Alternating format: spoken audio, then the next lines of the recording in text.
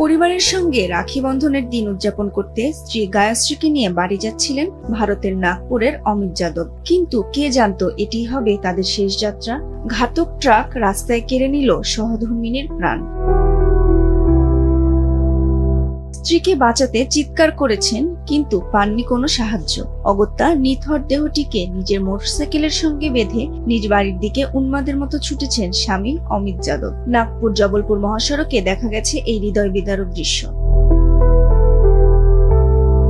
Police জানায়, গায়ত্রীকে চাপা দেওয়ার পর ঘটনাস্থল থেকে দ্রুত পালিয়ে যায় ট্রাকটি। হতভম্ব অমিত পথচারীদের সাহায্য চাইলেও কেউ এগিয়ে আসেনি। পরে মহাসড়কে তাকে অনেকেই থামানোর চেষ্টা করেন, কিন্তু ততক্ষণ